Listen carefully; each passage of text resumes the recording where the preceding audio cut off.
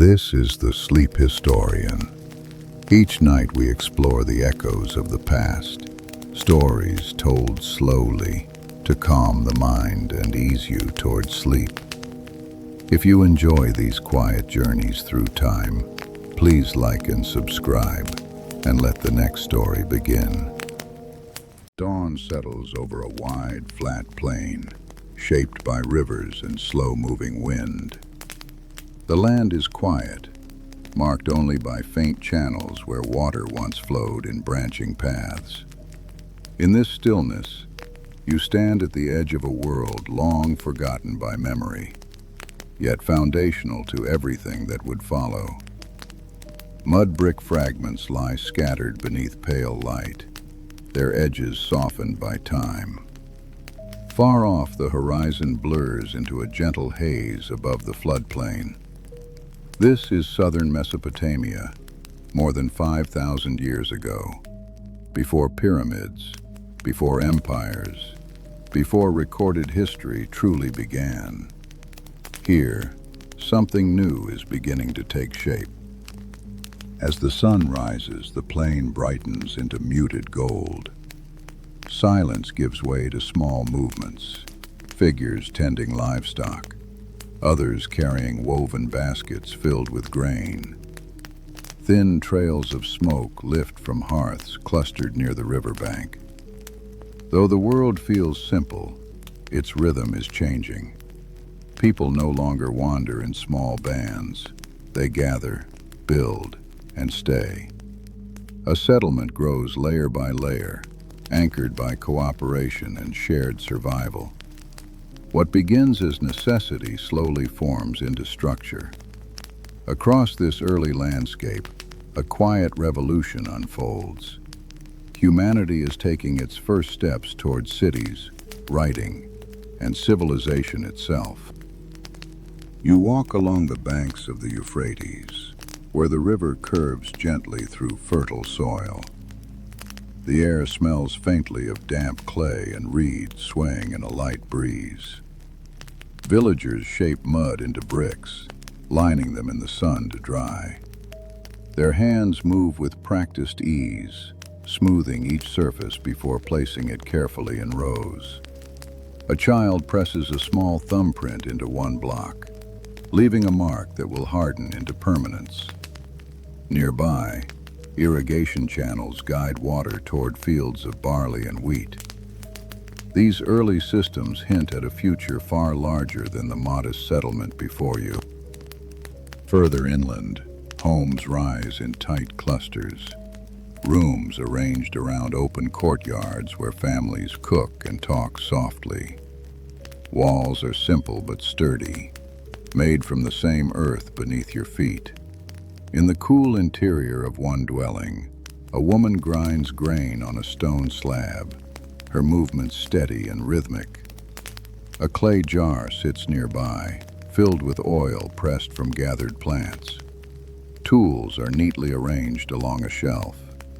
These spaces show not only survival, but intention, belonging to one place, shaping it, depending on it.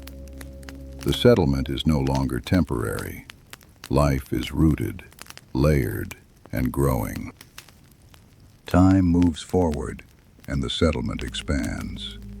The narrow paths weaving between homes become defined lanes.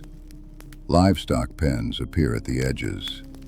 The soundscape deepens, bleating animals, wooden carts creaking, low voices exchanging plans for planting and harvest. At the center, a raised platform takes shape, larger than any home, built with collective effort. Workers stack bricks in careful tiers, forming a stepped mound. At the top, a small shrine stands, marked by simple carvings. This elevated space suggests something new, a shared gathering point, a symbol of unity, and perhaps the earliest whisper of organized belief. Standing at the base of this platform, you feel its presence. The structure casts a long shadow across the plain, its height unusual in a flat landscape.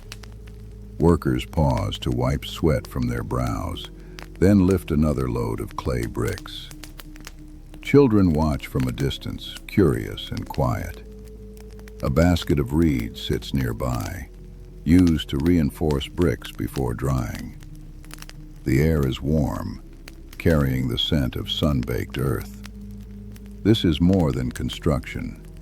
It is a shared vision.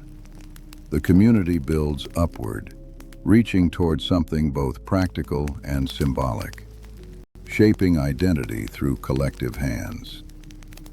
As generations pass, the platform becomes a defining feature of the settlement. Its base expands, its height increases, and its purpose strengthens. People gather here to offer grain, livestock, and crafted goods, believing the elevated space connects them with forces beyond daily life. A priest stands near the summit, wearing a simple woven garment, his hands raised in quiet ritual. Beneath him, the crowd listens in stillness, the only sound the soft rustle of clothing in the breeze. This gathering marks the beginning of organized religious life, guiding behavior, tradition, and the rhythms of work and celebration. With structure comes hierarchy. Certain individuals oversee irrigation, assign labor, and maintain storerooms filled with harvested crops. A leader emerges, not by conquest, but by responsibility. His dwelling sits near the central platform, slightly larger, marked with carved patterns along its entrance. Inside, clay tablets are arranged in stacks, each bearing marks pressed by a stylus. These symbols track grain and livestock, ensuring fairness and planning. The leader runs his fingers over one tablet, reading its records silently. The settlement's needs now stretch beyond memory alone. A system of accountability begins to form, shaping future governance. Trade networks expand outward. Boats travel along river canals laden with grain, textiles, and crafted beads. In return, they bring rare stones, metals, and timber from distant lands. At the docks, merchants unload goods, recording exchanges through careful marks on clay tablets. A young scribe kneels nearby, pressing wedge-shaped impressions into soft clay, his hand steady. These signs represent quantities and agreements, an early form of writing emerging from necessity. The air carries the scent of wet reeds, ropes, and river mud. Communication is becoming permanent, allowing knowledge to move beyond spoken memory. From above, the settlement now resembles a true city. Homes clustered in distinct neighborhoods, storerooms aligned near waterways, and the central platform towering high. The population grows, supported by irrigation systems that nourish expansive fields. Nightfall brings a gentle glow from oil lamps placed along pathways. People gather in courtyards to share stories, their voices low and measured. A steady hum of activity marks the city as alive, organized, and interconnected. The transformation from village to urban center has taken root. This place, once a scattering of huts, is among the first cities humanity has ever known. Time moves deeper into the 3rd millennium BCE. The city gains a name, Uruk. Its walls rise in impressive lengths, formed from countless bricks shaped by collective labor. You walk along the massive perimeter, the surface warm beneath your hand. Guards patrol the top, their silhouettes outlined against the early morning sky. The walls signal more than defense. They define identity, marking a clear boundary between the city and the vast plain beyond. Inside, the streets hum with activity. while outside lies open land and untamed nature. The division between human order and wilderness becomes unmistakable. At the city's heart stands a monumental structure, larger and more refined than the early platforms.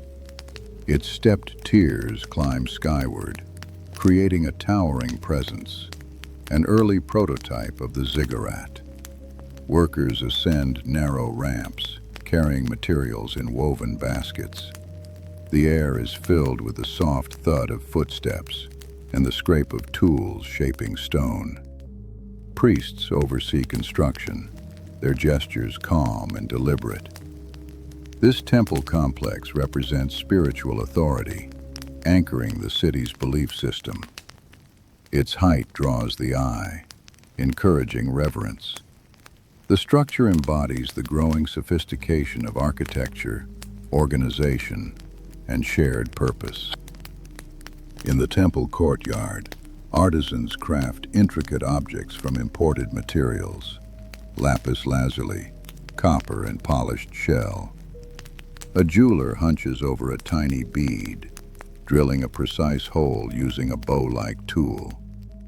His brow furrows in concentration as sunlight reflects off the stone's deep blue surface. These objects serve both practical and ceremonial roles, carried in trade or offered to the gods. Their presence signals wealth and far-reaching connections. The city is no longer isolated. It participates in a network stretching across regions. Creativity becomes a marker of status, expertise, and cultural expression. Nearby, scribes gather in a quiet chamber. Rows of clay tablets line low shelves, organized by categories: harvests, livestock, trade agreements. A scribe smooths damp clay into a neat rectangle, then presses a reed stylus into its surface, forming wedge-shaped characters. The marks are simple but meaningful, evolving from numbers into symbols for objects, names, and ideas. The room is dimly lit by small oil lamps, their flames flickering against clay walls. This is the birthplace of writing, cuneiform, transforming communication into a permanent record. Knowledge now spans generations, no longer limited by spoken memory alone. In bustling markets along the main avenue, traders arrange goods on mats and wooden tables. The scent of spices mingles with the aroma of baked bread. Baskets filled with dates, grains, and reeds create a mosaic of texture and color.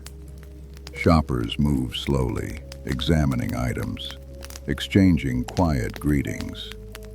A potter lifts a vessel, tapping its surface lightly to demonstrate its quality.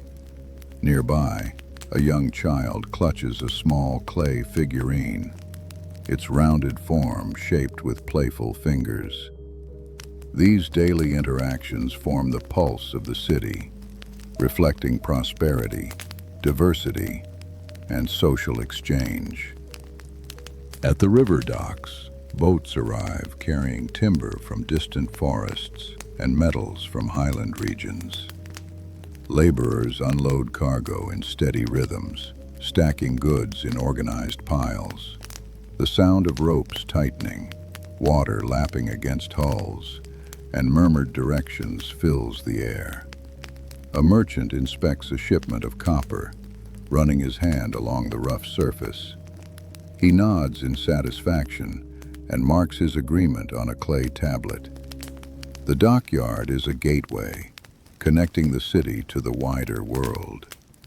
Through trade, resources fuel growth, enabling new construction, tools, and cultural advancements. In residential districts, homes become more elaborate. Two-story structures appear, with upper rooms reached by narrow stairways. Inside, woven rugs cover hard floors, softening the space. Families gather in central courtyards, sharing meals and conversation. A mother braids her daughter's hair, while elders recount stories of past floods and migrations. The household becomes a microcosm of the city, organized, stable, and enduring. Domestic life reflects growing prosperity, while social bonds reinforce community cohesion. Each home contributes to the city's identity, shaping a shared way of life rooted in routine and tradition. As dusk approaches, the city quiets. Lamps glow within windows, casting warm patches of light onto dusty lanes. Priests ascend the temple steps, carrying offerings wrapped in cloth. Their footsteps are soft, measured, reverent. From the summit, they gaze across the vast expanse, fields, canals, and distant settlements reflecting the spread of civilization. The wind carries a faint coolness, rustling through reed mats and woven banners. Night settles gently, but the city remains steady, a beacon of human innovation. Uruk stands as one of the earliest true cities, marking a turning point in the story of humanity. Further south, another city rises, Ur.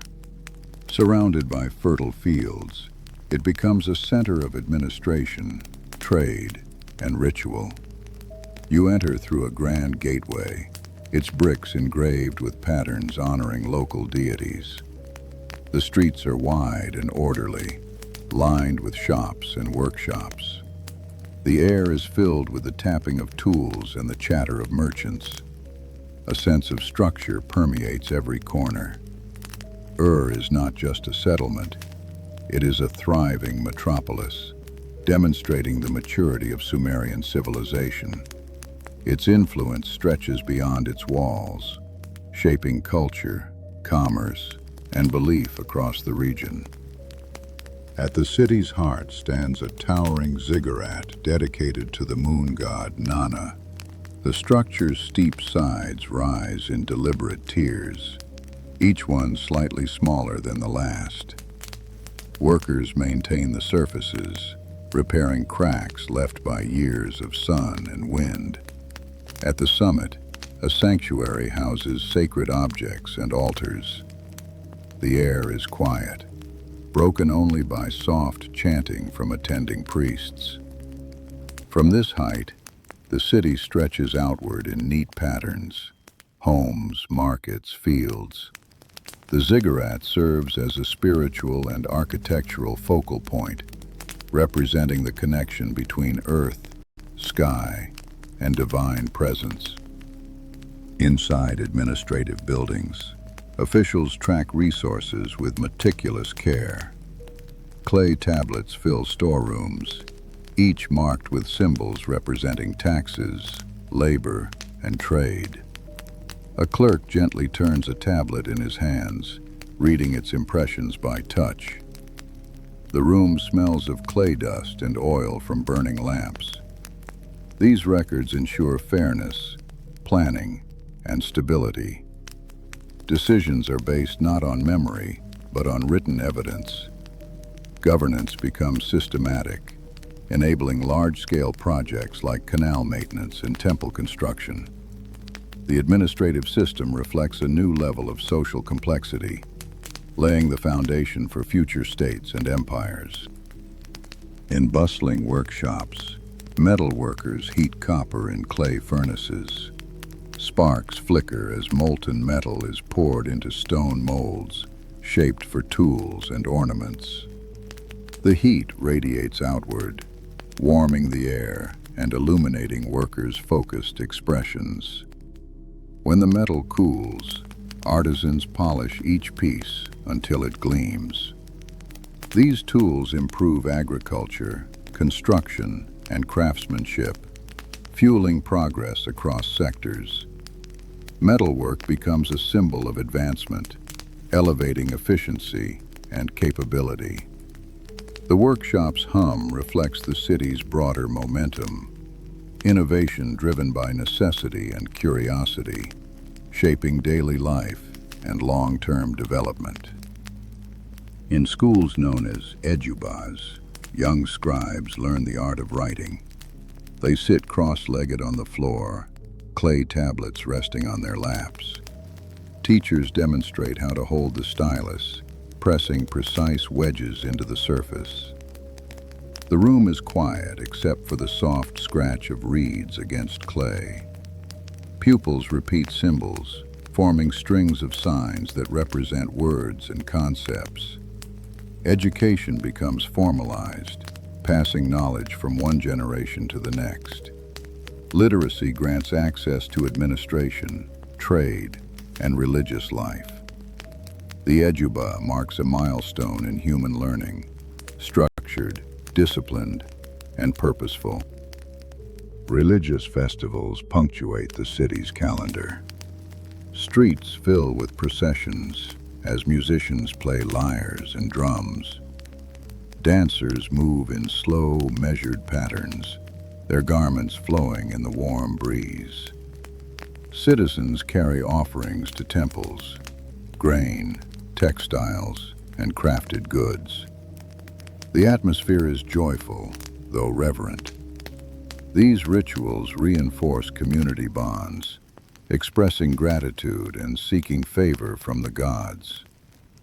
In the glow of lanterns and torches, the city transforms into a living tapestry of belief.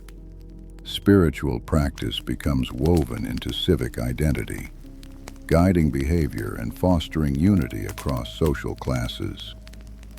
Burial practices reflect complex beliefs about the afterlife. In a royal cemetery, carefully constructed tombs hold elaborate offerings, jewelry, weapons, and musical instruments. Attendants arrange items with precision, creating a tableau meant to accompany the deceased into the next world. The air is still, carrying the faint scent of incense. These burial customs speak to a worldview that honors continuity beyond death. Social status extends into burial rites, revealing hierarchies and cultural values. The elaborate tombs show reverence for leadership and belief in spiritual journeys. Death becomes another realm for ritual, meaning, and memory. As centuries pass, Sumerian cities flourish across the region. Lagash, Eridu, Kish. Each develops its own identity, leadership, and patron deities. Canals connect them, allowing goods and ideas to flow freely. The landscape becomes a network of urban centers, linked by trade and shared cultural practices.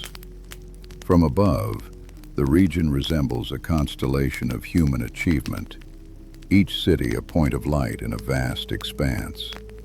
Sumer's influence grows, shaping law, art, and technology. Civilization has taken firm root, transforming southern Mesopotamia into a cradle of human advancement and organized society. Yet beneath this progress lies tension. Cities vie for control over fertile land and precious water. Irrigation requires cooperation, but scarcity breeds competition. Armed guards patrol canal banks, ensuring fair distribution. The air is thick with unease as leaders negotiate boundaries and rights. A scribe records agreements on clay, his stylus moving carefully across the surface. Disputes arise, sometimes escalating into skirmishes. The balance between collaboration and conflict becomes fragile. Sumer's cities, once united by shared origins, now navigate the complexities of autonomy, power, and survival in a landscape shaped by both abundance and vulnerability. Inside council chambers, leaders debate strategy. The room is dim, lit by oil lamps, casting long shadows across clay walls. Representatives from neighboring cities discuss alliances and trade terms. Voices remain low, measured. A map etched into a clay slab shows canals, borders, and distant settlements. Fingers trace lines, considering risks and opportunities. These meetings mark the beginning of diplomacy and interstate relations. Decisions carry weight, influencing lives across the region. The Council's discussions reflect a mature political structure where negotiation and planning replace instinct and improvisation. The future of Sumer hinges on thoughtful governance. Militaries emerge as organized forces. Soldiers train in open fields, practicing coordinated formations with spears and shields. The dust rises beneath their feet, catching sunlight in suspended particles. Commanders observe, offering quiet instructions. Armor made from leather and metal plates provides protection, while wheeled carts carry supplies and equipment. Warfare becomes structured, guided by tactics and leadership. The presence of standing armies signifies a shift from communal defense to institutional power. Conflict, once sporadic, evolves into organized campaigns. The landscape of Sumer reflects this new reality. Security maintained through preparation and strength. In response to growing tensions, city walls are reinforced and expanded. Builders lay bricks in thick layers, creating formidable barriers. Scaffolding lines the perimeter, workers ascending and descending with deliberate steps. The scent of wet clay fills the air as fresh bricks dry beneath the sun. Lookouts take positions along the battlements, scanning the horizon. These defensive measures reflect a changing mindset. Cities protect not only their people, but their resources, culture, and autonomy. The walls stand as symbols of resilience and determination, shaping the physical and psychological landscape of Sumer. Despite conflict, daily life continues. Markets remain vibrant, filled with merchants displaying goods from near and far. A potter turns a clay vessel on a simple wheel, his hands steady. A musician plucks a lyre, its gentle notes drifting through the crowd. Children chase one another between stalls, their laughter rising above the hum of conversation. The resilience of ordinary life underscores the city's strength. Even in uncertainty, the rhythms of work, trade, and celebration persist. This continuity reflects the enduring spirit of Sumer's people, grounded in routine and shared purpose. Art and literature flourish. Scribes compose hymns and epic tales, including stories of heroic kings and ancient floods. A poet recites verses in a temple courtyard, his voice calm and steady. Listeners gather, captivated by the rhythm and imagery. Clay tablets preserve these narratives, ensuring their survival across generations. The Epic of Gilgamesh emerges as a profound tale of kingship, friendship, and mortality. Literature becomes a vessel for reflection, exploring universal themes through symbolic journeys. Sumerian culture deepens, leaving a legacy that will influence countless civilizations to come. Scientific knowledge advances. Astronomers observe the night sky from temple rooftops, recording the positions of stars and planets. They track lunar cycles, developing calendars that guide agriculture and ritual. A scholar marks observations on a tablet, noting patterns and correlations. Mathematics evolves to support trade, architecture, and administration. The intellectual pursuits of Sumer reflect a curiosity about the natural world and humanity's place within it. These early scientific efforts lay foundational principles that will shape future discoveries across civilizations. Music and performance become integral to cultural life. In spacious halls, musicians play flutes, drums, and stringed instruments. Dancers move in synchronized patterns, their steps gentle and fluid. The audience sits quietly, absorbing the beauty of the performance. The room smells of incense, adding a serene atmosphere. Artistic expression offers solace and connection, fostering a sense of community. Through music and dance, emotions find form, and shared experience strengthens bonds. The arts of Sumer reflect a civilization rich not only in innovation, but in humanity's enduring desire for expression and meaning. As centuries pass, environmental pressures intensify. Irrigation alters soil composition, increasing salinity. Crops struggle, yields decline. Farmers kneel in parched fields, examining withered stalks. Their hands brush against coarse, salt-crusted earth. The once fertile land shows signs of strain. Conversations in the market reflect concern. Shorter harvests, rising competition for resources. The balance between human ingenuity and nature's limits becomes precarious. Sumer faces challenges not from war alone, but from environmental change. Adaptation becomes necessary, testing resilience and revealing vulnerabilities in a system built on fragile foundations. Rivers shift course over time, leaving some canals dry and others flooded. Engineers attempt to redirect water, digging new channels and reinforcing embankments. The work is arduous, carried out under the heat of the sun. Laborers use simple tools, guided by overseers who consult clay records of past solutions. Despite their efforts, unpredictability remains. Water, once abundant and reliable, becomes a source of anxiety.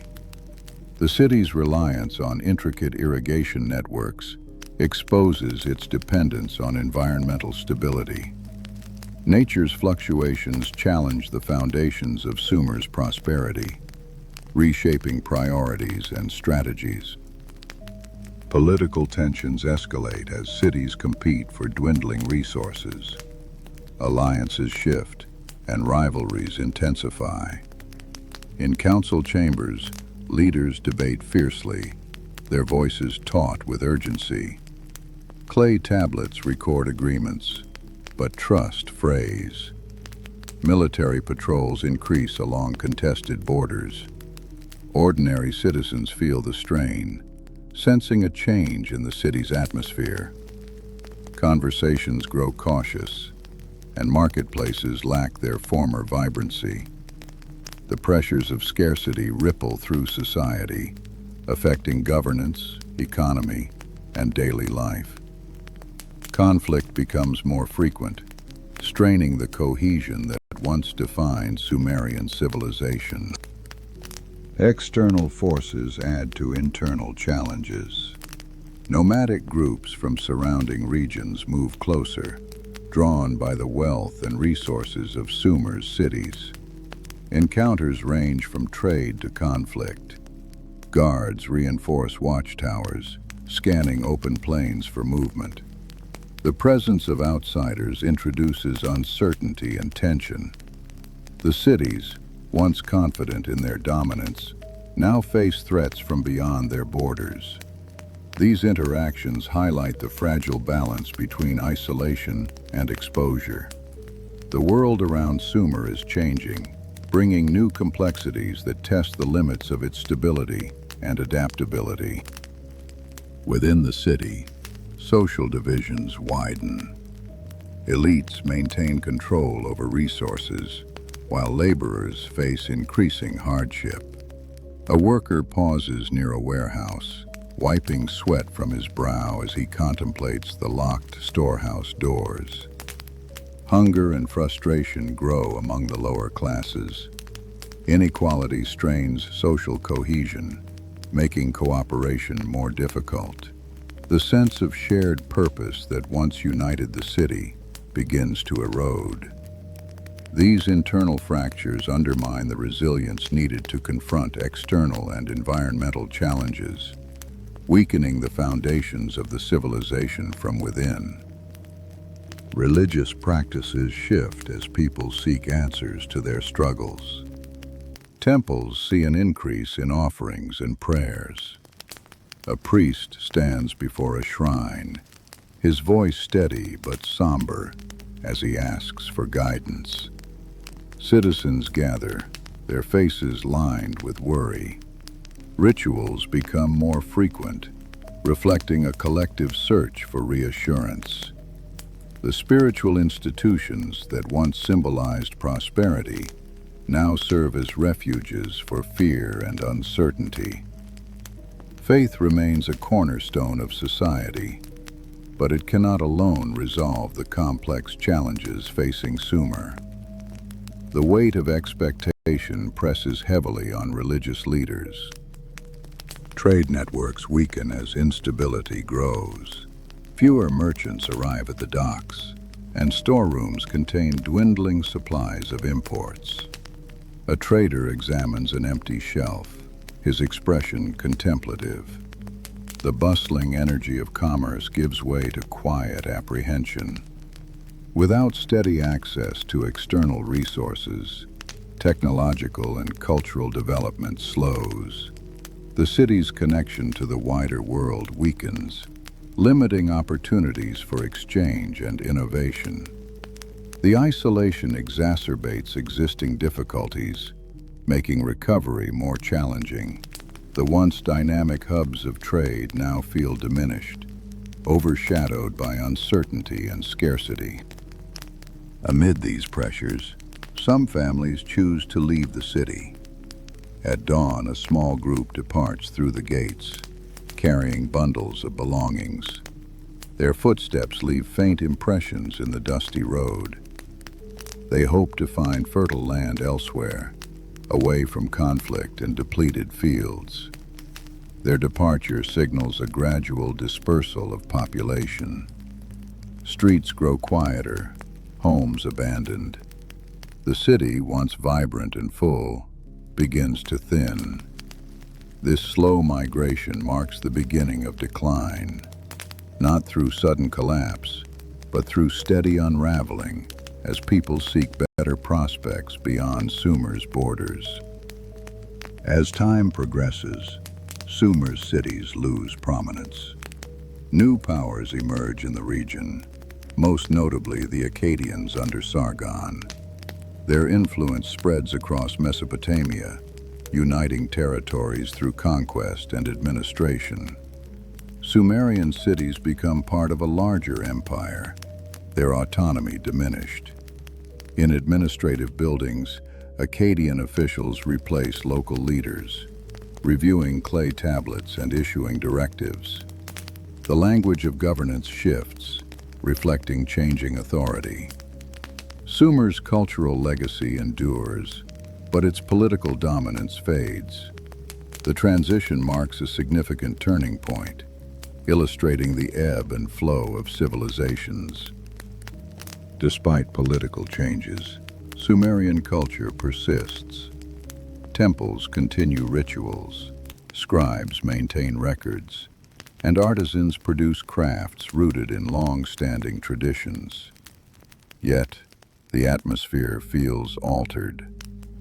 A scribe copies a text onto a tablet, aware that new influences shape his work. The familiar signs of cuneiform remain, but the context evolves. Cultural exchange becomes a two-way process, blending Sumerian and Akkadian elements. The continuity of practice highlights the resilience of knowledge and belief, even as political structures shift. The essence of Sumer lives on through adaptation, and integration. Environmental degradation continues to strain the land. Fields remain salinated, reducing agricultural productivity. Farmers attempt new crop rotations, but results are limited. A laborer kneels, running fingers through coarse soil that once yielded abundant harvests. The realization sinks in. Nature's transformation outpaces human innovation. Food shortages lead to increased dependence on imported supplies, further emphasizing reliance on external networks. The land that once sustained civilization now challenges its survival.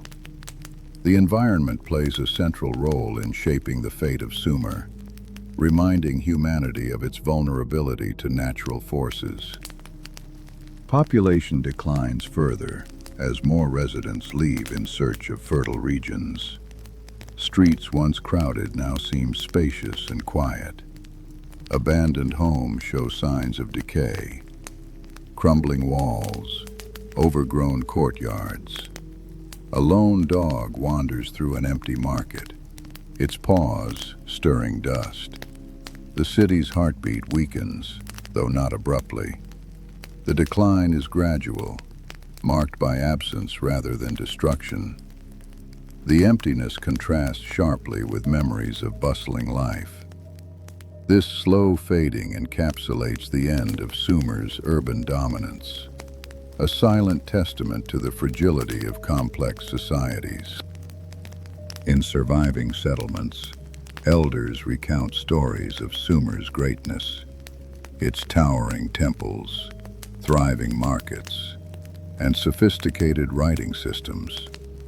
A group of children listens attentively, their faces illuminated by lamplight. The tales preserve cultural memory, passing knowledge through generations. These oral histories bridge past and present, ensuring that Sumer's contributions are not forgotten. The civilization's influence persists in language, art, and administrative practices that shape subsequent cultures. Legacy becomes a vital force, transcending physical decline. The story of Sumer continues, carried by human remembrance. Archaeological remnants endure across the landscape.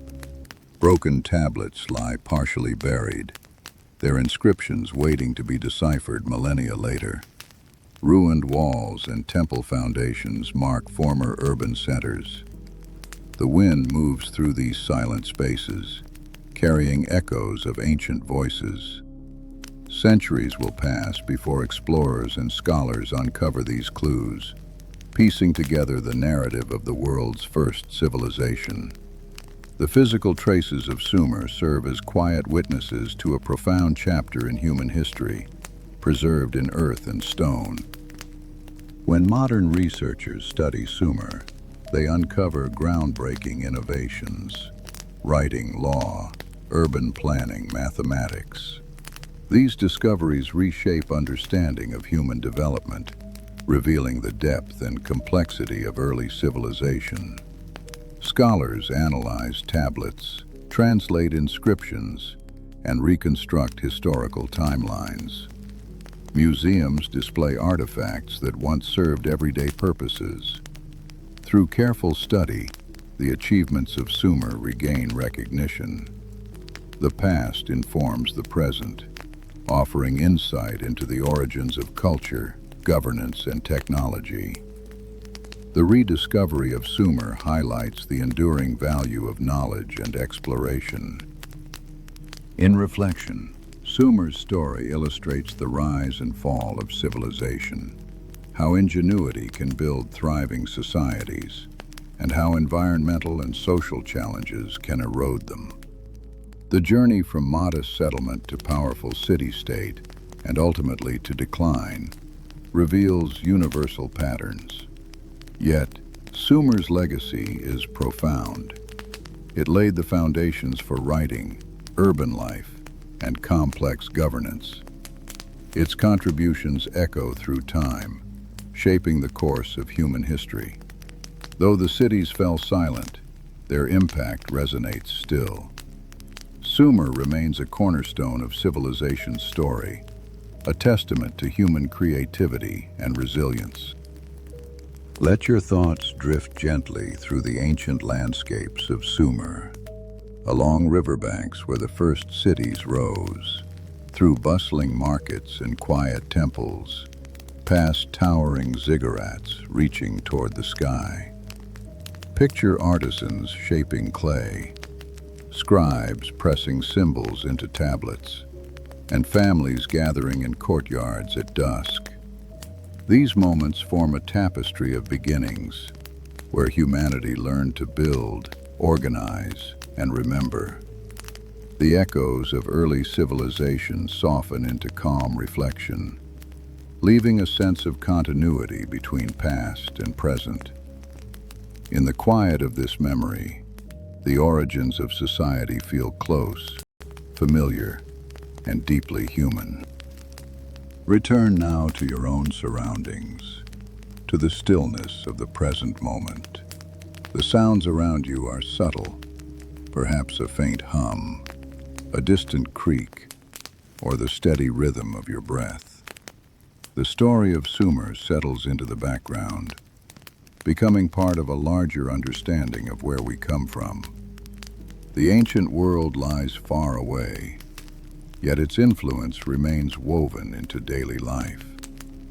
You are safe, grounded, and at rest. Let the mind settle, like clay drying in gentle warmth. The night is calm, and the world is quiet once more.